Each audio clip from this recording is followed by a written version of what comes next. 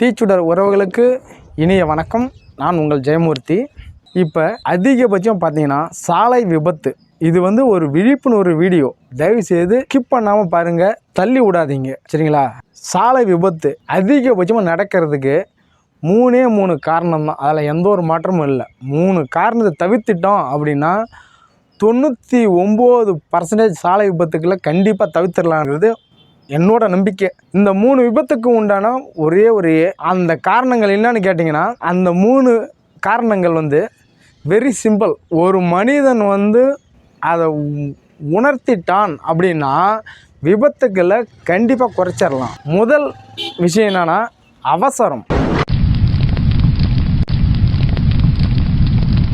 தீச்சுடர் செய்திகளை உடனுக்குடன் தெரிந்து கொள்ள சப்ஸ்கிரைப் பண்ணுங்க. கூடவே பக்கத்தில் இருக்க பெல் பட்டனை பிரஸ் பண்ணுங்க. அவசரம் முதல் விஷயம். 2வது விஷயம் ஆணவம். 3வது விஷயம் அதிகாரம்.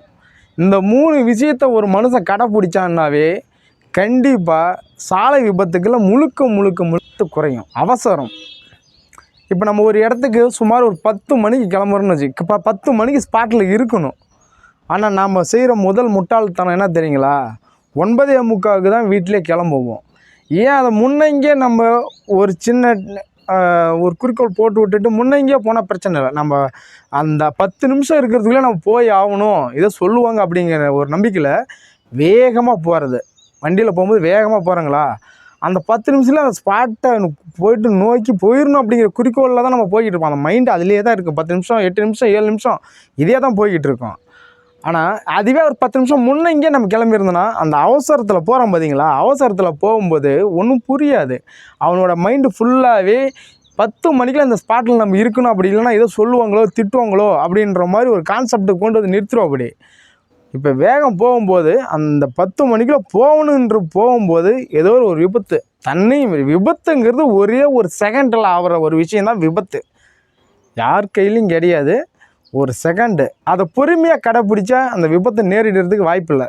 தவறுதலாக நடக்கிறது அது இயல்பு, யாரையும் மாற்ற முடியாது. நமக்கு விபத்தில் தான் விபத்து கண்டிப்பாக நடந்தே ஆகணும் அப்படின்னு ஒன்று இருந்தால் கண்டிப்பாக நடக்கும், சரிங்களா? அவசரம் முதல் விஷயம். 2வது விஷயம் ஆணவம். இந்த ஆணவத்தை பார்த்தீங்கன்னா வண்டி எடுக்கிறது தான் தெரியும், சவுண்டு மட்டும்தான் வரும், எங்கே தான் நிற்பாரே தெரியாது தலைவர். அவ்வளோ ஒரு ஸ்பீடாக போவாங்க. அப்புறம் நின்றுக்கிட்டு இருக்கும்போது இந்த பிள்ளைங்கள பார்த்தா யூட்டன் போடுறது, ரவுண்ட் அடிக்கிறது, ஒரு வீலை தூக்கிட்டு மறு வீலால் வீலிங் பண்ணுறது. இந்த பைக், அதாவது இவன் போகிற வேகத்தில் பார்த்தாவே முன்னாடி வர பைக்குக்காரன் அப்படியே கதறுவான். அந்த காற்று மட்டும்தான் உசுனுங்க. அந்த காற்று உசுன்னு வர்றது மட்டும்தான் தெரியும். திரும்பி பார்த்தானா எங்கேயோ போயிடுவான்.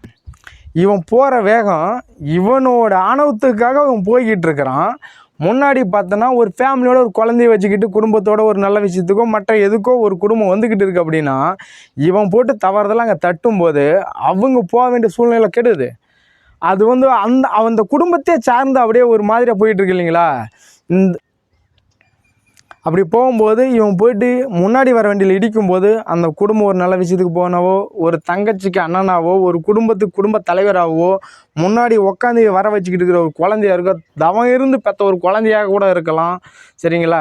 கட்டண மனைவியாக இருக்கலாம். எதுவுமே சூழ்நிலைக்கு தகுந்த மாதிரி அந்த இடத்துல சுச்சுவேஷன் என்னவோ, இவன் ஆணவத்தில் போயிட்டு இடிக்கும்போது இவனோட மட்டும் போகாது அந்த பிரச்சனை, எதிர் வரவங்களே அந்த பிரச்சனையை சந்திக்க நேரிடுது.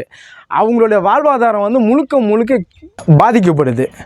அதனால் இந்த ஆணவத்தை நம்ம குறைச்சிட்டோம். ஆணவம் இல்லை, எப்பவும் போகிற மாதிரி போவோமா? என்ன இப்போ ரோட்டில் உன்னை பார்க்கணும், வண்டி அப்படி வளைச்சி ஓட்டணும், சேசிங் பண்ணணும், வீலிங் பண்ணணும், அப்படி இருந்தால் தான் பார்ப்பாங்கங்கிறது இல்லை. உயிர் உனக்கும் ஒரு பெரிய விஷயம், சரிங்களா? அதனால் இந்த ஆணவத்தையும் தயவுசெய்து ஒரு மனுஷன்கிட்டருந்து அழிச்சிருங்க.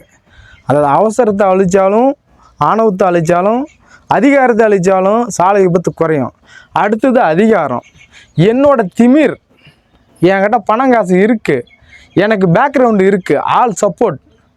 ஒரு இடத்த ஆக்சிடெண்ட் ஆகுது, ஆக்சிடெண்ட் ஆன உடனே கீழே விழுந்து இவன் மேலே தான் தப்பு இருக்கும். தப்பு இருந்தாலும் அடுத்த மேலே தப்பே இல்லைனாலும் இவன் எடுத்த உடனே ஃபோன் எடுத்து அவங்கள சார்ந்தவங்கன்னா உங்களுக்கே தெரியும், பண பலத்திலேயோ மற்ற பலத்திலேயே வாய்மை, அதாவது ஓகேங்களா?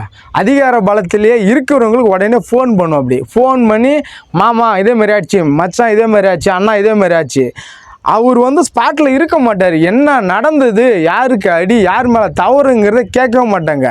அவங்க உடனே இவன் காவல்துறைக்கு போகிறான்னா காவல்துறையில் கூப்பிட்டு உடனே இவர் சொல்லிடுது. உட்காந்த இடத்துல மேட்டரை முடிக்கிறாங்க. அப்போ வந்து இவனுக்கு ஒரு டைம் காப்பாற்றி விட்டாங்கன்னா மறுபடியும் அந்த தவறு அவன் செய்ய தூண்டுறதே வந்து இந்த அதிகாரத்தில் உள்ளவங்கிறது 100க்கு 100 உண்மையான ஒரு விஷயம். ஒரு டைம் சொல்லும் போதே கூப்பிட்டு ஒரு கேட்டு, அதாவது பிரச்சனை என்ன தப்பா, சரி இதுக்கு மேலே செய்யக்கூடாது, இப்படி தான் இருக்கணும் அப்படின்னு எடுத்து சொன்னாவே அவன் திருந்துறதுக்கு உண்டான ஒரு வாய்ப்பு உண்டு. இவனால் ஒரு பலன் அடையணும் அப்படிங்கிறதையும் கூப்பிட்டு சொல்லி அடுத்தவங்க குடும்பத்தை நாஸ்தி பண்ணிக்கிட்டு அது வந்து ரொம்ப இப்போ நம்ம அதிகாரத்தில் இருக்கிறன்ட்டு நம்ம ஆடிக்கிட்டு இருக்கலாம். அது ரொம்ப நாளைக்கு வராது. அதிகாரங்கிறது உயிர் எல்லாத்துக்கும் ஒன்றே தான். இதே இவன் மேலே தப்பு இருந்தாலும் அவன் மேலே தப்பு இருந்தாலும் செய்ய வேண்டிய, இப்போ அடிபட்டுருச்சு, பெரிய வண்டி சின்ன வண்டிக்காரன் அடிச்சிட்டா உடனே ஹாஸ்பிட்டல் கூப்பிட்டு போ, முதல் ட்ரீட்மெண்ட் பண்ணுங்கள், தப்பு இல்லை சரிங்களா? நீங்கள் உடனே ஃபோன் எடுத்து வச்சுட்டு அதிகாரத்தில் இருக்கிறேன், நான் அங்கே பேசிக்கிறேன் இங்கே பேசிக்கிறேன், இது நிறையா இடத்த நான் கண்கூடாக பார்த்தது. உண்மையிலே ஒரு ஆதங்கத்தில் தான் நான் அந்த வீடியோவை போட்டுக்கிட்டு இருக்கிறேன். தவறு பண்ணிவிடுவான், தவறு பண்ணிவிட்டு அடிபட்டோம் ரத்த வெள்ளத்தில் துடிச்சிக்கிட்டு இருப்பான், இவன் ஃபோன் எடுத்து பேசிக்கிட்டு இருப்பான். மண்டை சூடி ஏறும். அப்போல்லாம் என்ன சொல்கிறது, என்ன இது சமூகமாக, இது மனசாட்சியோட இவன் மேலே தப்பு அவன் மேலே தப்பு தெரியாது, யார் மேலே தப்பு இருந்தாலும் அடிபட்டோன்னா உடனே ஹாஸ்பிட்டலில் தூக்கிட்டு போகணும். தூக்கிட்டு போட்டு முதல் உதவி செஞ்சுட்டு அப்புறமா பேசினா பரவாயில்ல, அந்த இடத்துல இருந்தே பண்ணுவாங்க. இது வந்து இந்த அதிகாரத்தில் உள்ளவங்களுக்காக தயவு செய்து சொல்கிறேன், இந்த அதிகாரத்தை அதிகபட்சமாக உபயோகப்படுத்துறீங்க பார்த்தீங்களா, அவங்களுக்காக கையெழுத்து கும்பிட்டு கேட்குறேன். உண்மையிலே சொல்கிறேன், ஒரு உயிருங்கிறது விலை மதிப்பற்ற ஒரு விஷயம். உயிர் சாதாரண ஒரு விஷயம் இல்லை. ஒரு உயிருங்கிறது விலை மதிப்பற்ற ஒரு விஷயம். உங்கள் உயிரும் காற்று தான், அடுத்தவன் உயிரும் காற்று தான். உயிர் ஒன்று தான். அந்த வாழ்வில் சார்ந்து உள்ளது மட்டும்தான் குணாச்சாரம், நல்லது கெட்டதோ சரிங்களா? எல்லா மதத்தினருக்கும் எல்லா மனுஷனுக்கும் உயிர் என்பது ஒரே ஒரு விஷயந்தான். இந்த அதிகாரத்தையும் அதிகம் பயன்படுத்தாதீங்க. அதிகமாக வந்து இந்த ஆக்சிடெண்ட்டில் தவறு பண்ணிவிட்டு அதுக்கு நீங்கள் துணை போகிறது தயவுசெய்து நிறுத்துருங்க சரிங்களா? அதனால் இந்த 3 விஷயத்தையும் ஒரு மனிதன் கடைப்பிடிச்சானாவே 99% கண்டிப்பாக விபத்துக்களை தவிர்க்கலாம். அதில் எந்த ஒரு மாற்றமும் இல்லை. இந்த விபத்தில் உனக்கு ஒன்றானாலும் உன்னோட குடும்பத்தை பாதிக்கும். வீட்டுக்கு நீ ஒரே பிள்ளையாக இருக்கலாம், உன்னை நம்பி ஒரு குடும்பம் இருக்கலாம், கட்டண மனைவி, பிள்ளைகள், அக்கா தங்கச்சி, மாமா மச்சான்.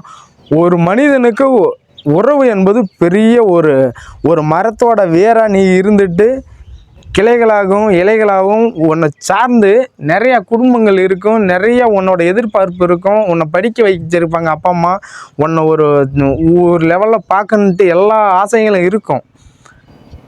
நீ எல்லா கனவுலையும் மண்ணள்ளி போடுற மாதிரி கொண்டுட்டு வந்து நிறுத்தக்கூடாது. செய்யுங்க, உங்களோட நிதானத்துக்கு நீங்கள் வண்டி ஓட்டுங்க. ஒன்றும் பெருசாக நீங்கள் ஒன்றும் போயிட்டு உடனே சாதிக்க போகிறதெல்லாம் நிதானம். அதனால் தயவுசெய்து இந்த உயிர் பிரச்சனையை மட்டும் இந்த 3 தவிர்த்துட்டிங்கன்னா 99% விபத்துக்கள் தடுக்க ஒரு நல்ல ஒரு வாய்ப்பாக அமையும்.